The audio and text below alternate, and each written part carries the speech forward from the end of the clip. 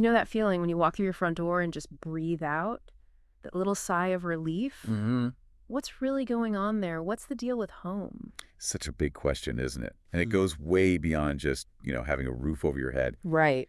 So for this deep dive, we've been looking at all sorts of material psychology, culture, history, even philosophy, trying to unpack what home actually means to us. Exactly. Not just the bricks and mortar, but the feeling, Yeah. the deeper stuff.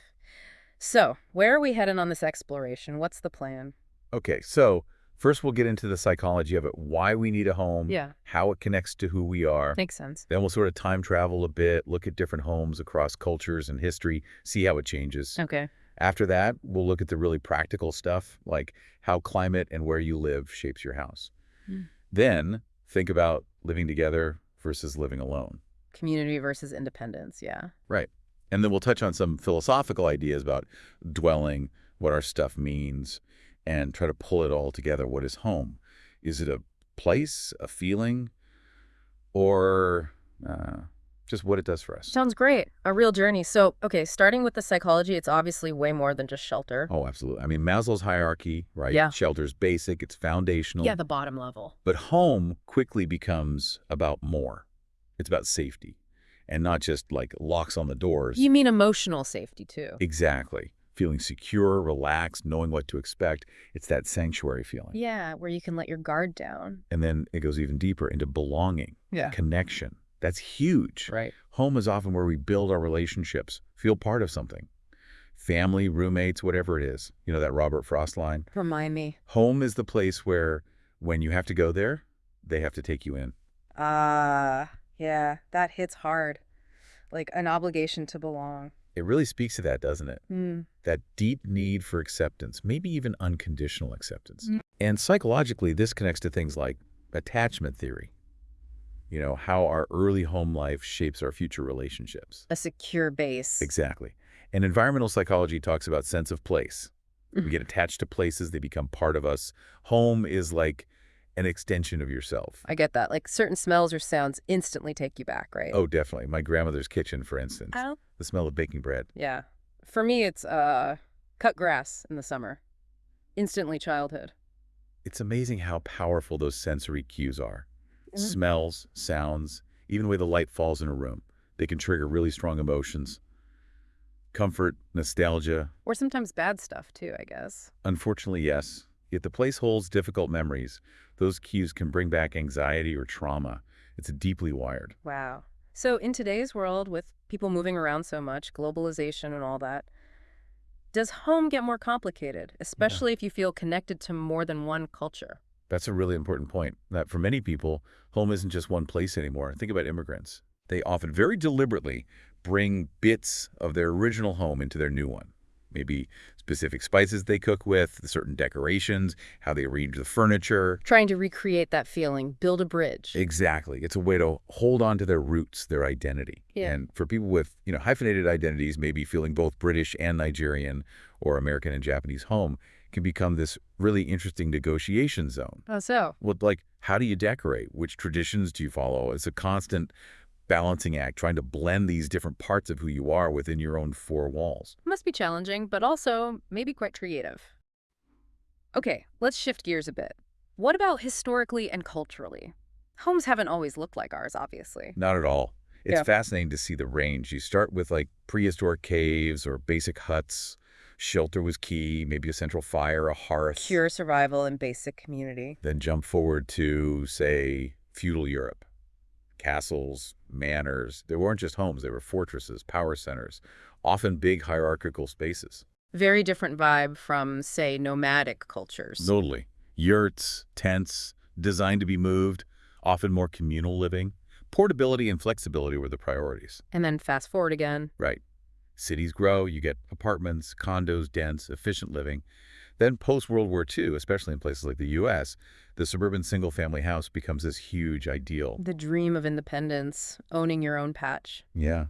And now we're seeing maybe another shift. Things like co-housing, eco-villages, people intentionally choosing to share spaces more. Driven by maybe cost or environment or just wanting more connection? Probably a mix of all three. It really shows how home reflects the society around it. Which really highlights the issue of homelessness, doesn't it? It's so much more than just not having a house. Oh, absolutely. It's the lack of that safety, that belonging, that stability we were just talking about.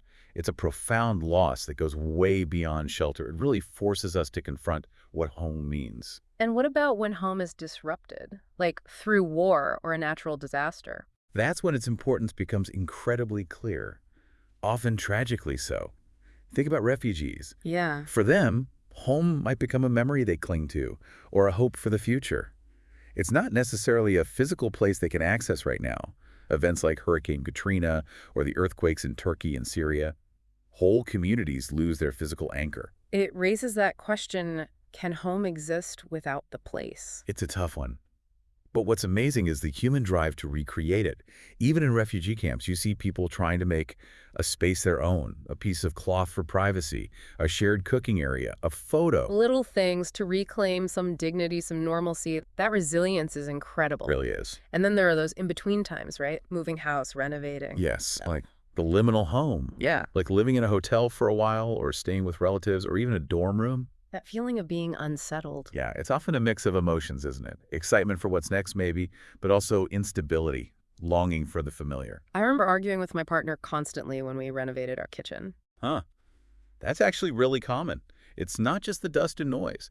Changing your living space, even for the better, can stir things up. It touches on your identity, how you see your future together in that space. The arguments are often about more than just tile choices, you know. Too true. Okay, so the physical structure is tied up with who we are.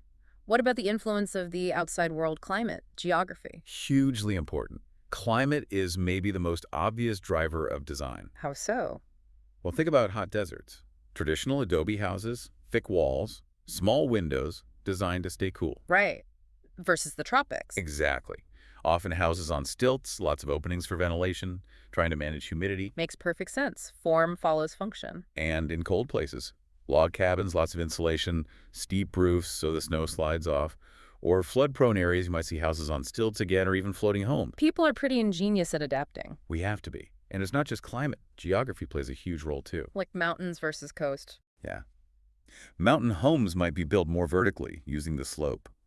Coastal homes often focus on light, views, but also need to be built tough to withstand storms. Urban versus rural too, I guess. Definitely. Cities mean building up, compact living.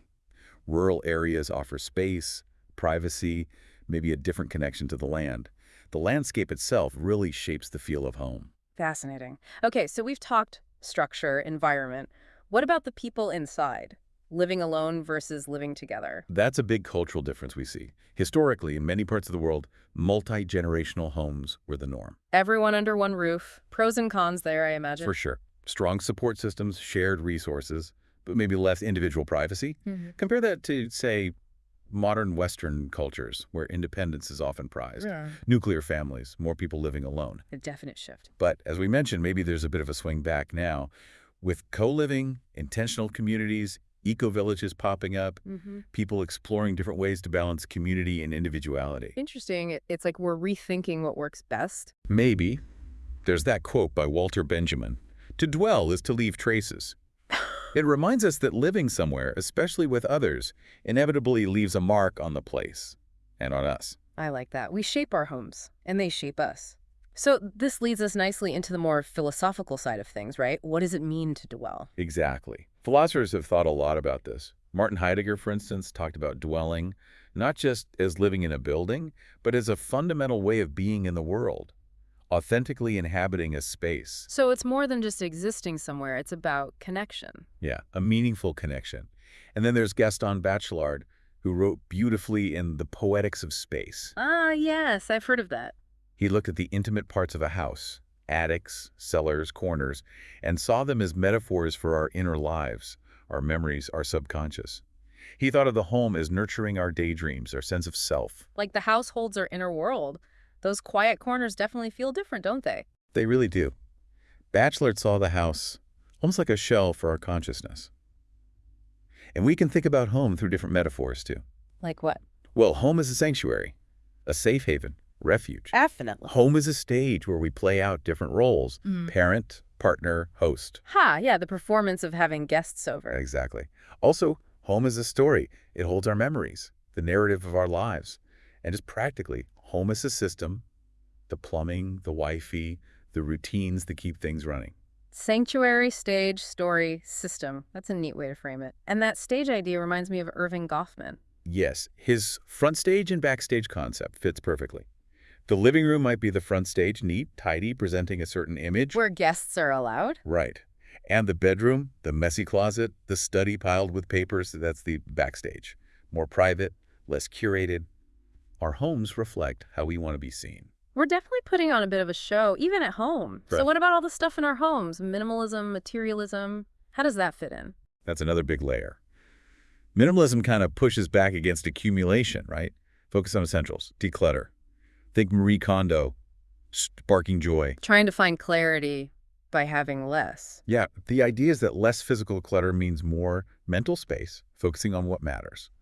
But then there's the flip side. And materialism. Well, yeah, or just the fact that our possessions often do matter. Sometimes maybe too much, turning homes into storage units. But often, things hold real meaning. Heirlooms connect us to family, souvenirs trigger memories. Books, photos, they tell a story too. Exactly. Our stuff becomes part of the home story, part of our identity. Home becomes this container of time in a way. Worn furniture, kids' height marks on the doorframe. Tangible history. Precisely. The house witnesses our lives unfolding. Okay, so pulling all these threads together, play psychology, culture, stuff.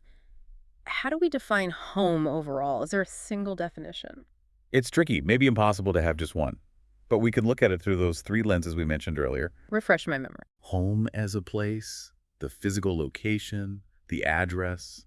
Home has a feeling, that sense of safety, belonging, identity. And home is a function, what it does for us, meeting basic needs. Place, feeling, function. Right. And that reminds me of that quote, home is not a place, it's a feeling. Cecilia Ahern. That's the one. It captures that emotional core beautifully. But it's important to remember, it's not always a simple, cozy feeling for everyone. How do you mean? Well, for some, home is about control, maybe the only place they feel they have agency. Think of a teenager finding privacy in their room. But for others, tragically, home can be the opposite of safe. Like in cases of domestic violence. Exactly. For survivors, home can be associated with danger, fear. So that raises a really important question. Is home always good or Even- just familiar? Right. Is it comfort or just the predictability of a known environment, even a negative one? It's a heavy thought. It really is. And homes don't exist in a vacuum, do they? They're part of bigger systems. Absolutely. We need to look at how homes are connected to power structures.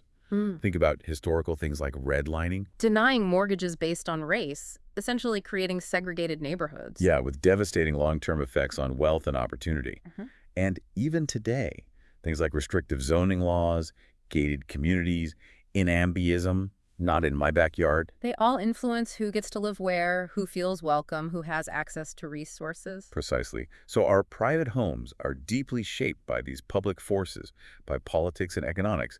It's not just about individual choice. A private space in a very public landscape.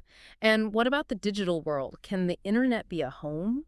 That's a fascinating modern question, isn't it? With remote work, online gaming, social media. Yeah, people build real communities online. They do. For some, an online forum or a gaming group might provide a stronger sense of belonging or shared identity than their physical neighborhood.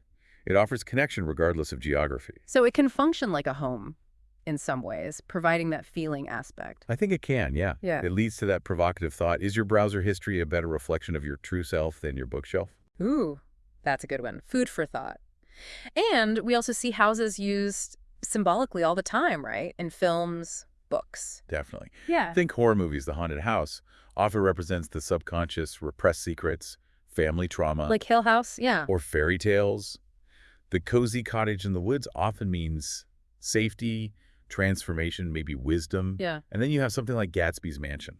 All about performance, showing off wealth, but ultimately empty. Exactly. The house itself becomes a character, Ugh. carrying symbolic weight. It's rarely just a backdrop. And even the words we use for home in different languages show different cultural takes, don't they? Yes, like German Heimat. It's much deeper than just home. It's homeland, roots, belonging. Right.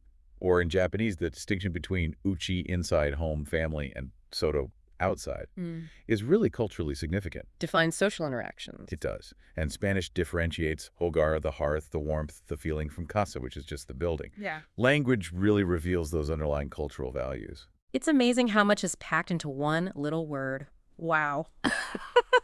This has been, well, a real deep dive. So much to think about. As we wrap up, what questions should we leave people mulling over? Okay, maybe some things to reflect on personally. How do you define home? What or who truly makes a space feel like home for you? Good one. Does your home right now reflect who you are, or maybe who you want to be? What story does it tell about you? Hmm. If you lost everything, physically, what's the first home thing you'd try to rebuild or recreate? Wow. And maybe finally, how do you carry home inside you wherever you are? Those are deep questions, really makes you think. And maybe a final thought to tie it all together. Thinking of home as, I don't know, a mirror and a magnet. Ooh, I like that. Unpack that a bit. Well, the mirror part, our home reflects us, right? Our past, who we are now, what we hope for, maybe even our fears. It shows us ourselves. Okay, yeah, I see that. And the magnet? The magnet is that pull it has. It draws us back, maybe physically, maybe just in our thoughts. Even when life changes, we move away. There's still that magnetic pull towards understanding what home means to us, finding it again, maybe redefining it. A mirror reflecting who we are, and a magnet drawing us towards that sense of belonging. Yeah. That's a really powerful way to put it. It's something that stays with us, evolves with us. Definitely something to keep pondering long after this conversation.